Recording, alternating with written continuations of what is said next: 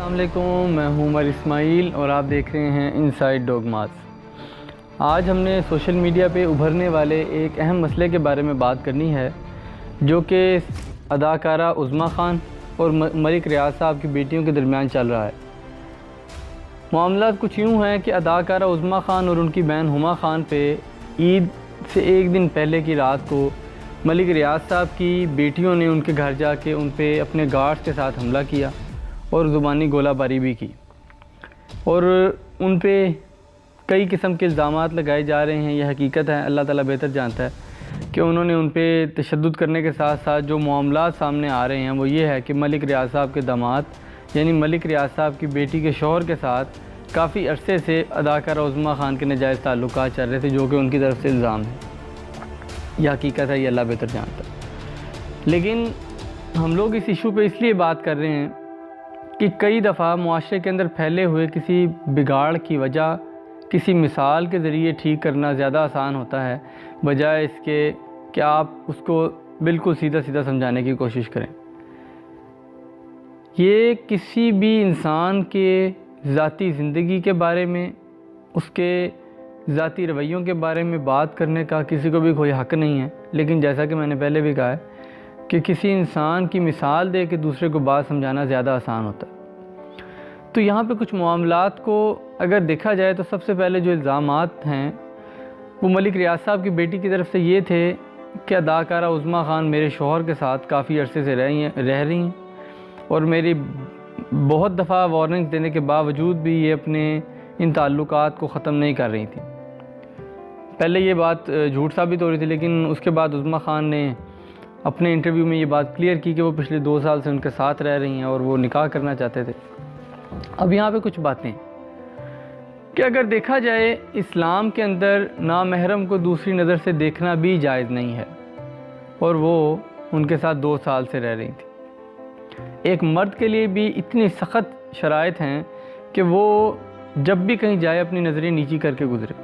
عورت کو پردے کا حکم بھی اسی لیے دیا گیا ہے کہ عورت کوئی باہر لوگوں کو دکھانے کی، نمائش کرنے کی چیز نہیں ہے، بلکہ مستورات، ہم عورتوں کی جمع کے اندر کہتے ہیں مستور کا مطلب ہی یہی ہوتا ہے کہ پردے میں رہنے والی چیز۔ تو ایک عورت کو یہ کیسے زیب دے سکتا ہے کہ وہ کھلے عام بازاروں میں اپنی نمود و نمائش کرتی پھرے؟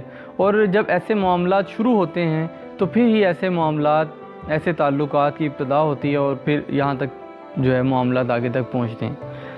اب یہاں پہ اگر کچھ چیزوں کو دیکھا جائے ذرا آئینے کی روشنی میں تو ہمیں پتہ چلے گا کیا ایک شوہر دوسری عورت کی طرف کیوں مائل ہوگا۔ ایک بیٹا، شادی شدہ بیٹا کسی دوسری لڑکی کی طرف کیوں مائل ہوگا؟ اس کی کئی وجوہات ہو سکتی ہیں۔ اس کے اپنے گھر سے عدم دلچسپی کا ہونا، گھر میں عزت کا نہ ہونا، گھر میں سکون کا نہ ہونا، کئی ایسی معاملات یا وجہیں ہو سکتی ہیں جس کی وجہ سے معاملات خرابی کی طرف جاتے ہیں۔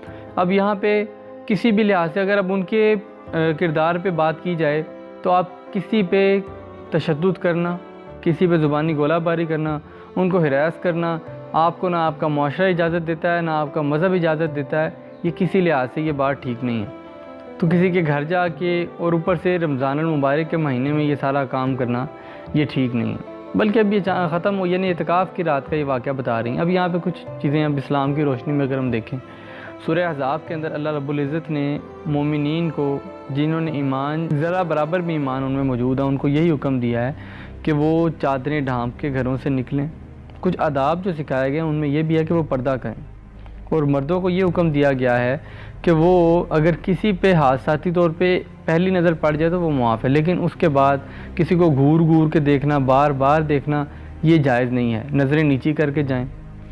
اس کے بعد اگر کسی عورت پہ ان کا دل آ جائے، ان کو پسند آ جائیں تو ان سے نکاح کرنے کا حکم دیا گیا ہے، نہ کہ یہ کہ آج کل جو چل رہا ہے پری ویڈنگ ریلیشن شپس، کہ شادی سے 1-2 سال پہلے ہم لوگ ایک دوسرے کو سمجھنے کی کوشش کرتے ہیں، اگر ہم ایک دوسرے کو سمجھ پائے، پسند آ جائیں تو پھر ہم شادی کر لیں گے۔ یہ غیر مسلموں میں تو رواج ہے، ان کے 2-2 3-3 بچے ہو جاتے ہیں پھر وہ شادی کرتے ہیں۔ تو اسلام میں فوراً شادی کا اسی لیے حکم دیا گیا ہے۔ اس کے بعد پچھلے دنوں یہ کرونا وائرس سے پہلے ایک معاملہ بڑا گردش کر رہا تھا کہ جی میرا جسم میری مرضی۔ اب یہاں پہ ان لوگوں کو بھی صحیح پھینٹی لگ رہی ہے کہ آپ اس ٹائم کرونا کے مریضوں کی حالات دیکھ لیں جو مر رہے ہیں یا جن کے پاس اپنی زندگی کو بچانے کا کوئی راستہ نہیں ہے، تو ان لوگوں کے سر پہ لا کے کھڑا کریں نا کہ جن کا جسم ہے ان کو کہیں کہ جی آپ کا جسم ہے، آپ ٹھیک کر لیں اپنے آپ کو۔ تو یہ صرف اور صرف فنڈنگ کے لیے، صرف اور صرف یہ پیسے کے لیے، صرف اور صرف معاشرے کا دھیان بٹانے کے لیے، معاشرے میں بگاڑ پیدا کرنے کے لیے اس قسم کی تنظیمیں چلائی جاتی ہیں۔ اور یا اب اس طرح کی ایک عورت بھی آواز نہیں اٹھائے گی یہ جو معاملہ، یہ ظلم کا معاملہ ہوا ہے، یا کوئی میڈیا والا، کیونکہ اس دنیا کے اندر، بلکہ خاص طور پہ اس ملک کے اندر ہر چیز بکنے لگ گئی ہے۔ پہلے یہ نہیں ہوتا تھا۔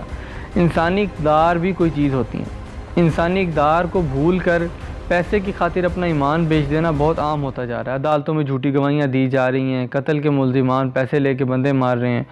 اور اب یہاں پہ دیکھ لیں کہ جب ہم بھی سوشل میڈیا پہ دیکھ رہے ہیں، ہم نے اتنی دیر پہلے یہ معاملہ دیکھا تھا اور اس معاملے پہ ہم نے ویڈیو بھی نہیں بنانی تھی، لیکن جو معاملہ دیکھے گئے ان کو آپ تک پہنچانا، اس کو مذہب کی روشنی میں دکھانا ہی ضروری تھا، اور کوئی بندہ آواز نہیں اٹھا رہا سوائے۔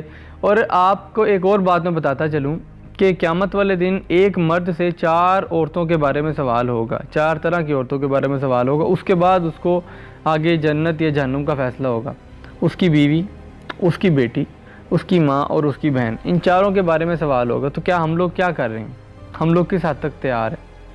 اب جب ہم اپنے بھائیوں کا، باپ کا، شوہر کا یا اپنے بیٹے کا، ان کی عزت کا جب ہم خیال نہیں کرتے، تو پھر آج کل جو سوشل میڈیا پہ آپ کو منہ بولے بھائی مل رہے ہیں، وہی آپ کی وکالتیں کرتے ہیں، اور پھر ان کو صرف اور صرف چند پیسوں کی خاطر، ان کو اپنی ریپو کی خاطر، ان کو شہرت کی خاطر، جھوٹی شہرت کی خاطر انہوں نے آپ کے حق میں بولنا ہے، چند پیسوں کی خاطر آپ کے حق میں بولنا ہے۔ تو پہلے ہی ضروری نہیں ہے کہ ایک ہمارا اسلام جو مذہب ہے وہ انسانیت کے ہر پہلو پہ پورا اترتا ہے۔ تو ضروری یہ نہیں ہے کہ ہم لوگ مسلمان ہونے کے باوجود، ہمارے پاس زندگی گزارنے کے سارے طریقے موجود ہونے کے باوجود ہم لوگ باہر بھٹکتے پھر رہے ہیں۔ تو جب ایسے معاشرے کے اندر اس طرح کے حالات قائم ہو جائیں تو معاشرے کے اندر امن و سکون ختم ہونا ہی ایک عام بات ہے۔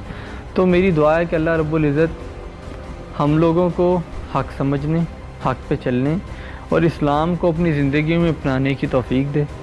اور یہ جو معاملات چل رہے ہیں، اللہ تعالیٰ ان سب کو ہدایت دے۔ جو کسی کا نقصان جس نے کیا اس کو بھی اللہ تعالیٰ ہدایت دے، جن کا نقصان ہوا اللہ تعالیٰ ان کو بھی ہدایت دے، اور ہم سب ہماری بہنوں کو، ہماری ماؤں کو پردہ کرنے اور پردے کے احکامات کو سمجھنے اور زندگی جینے کے اصول سمجھنے کی توفیق عطا فرمائے۔ میری دعا ہے کہ اللہ تعالیٰ ہم سب کا حامی و ناصر ہو۔ ہمیں اگلی ویڈیو تک کے لیے اجازت دیجیے، اور اگر آپ کو یہ ویڈیوز پسند آ رہی ہیں تو سب سے پہلے یہ ویڈیو کو لائک کریں، چینل کو سبسکرائب کریں اور بیل آئیکن کو پریس کریں تاکہ آپ کو آنے والی ہماری ویڈیوز مل سکیں۔ تب تک کے لیے اجازت دیجیے، اللہ نگہبان۔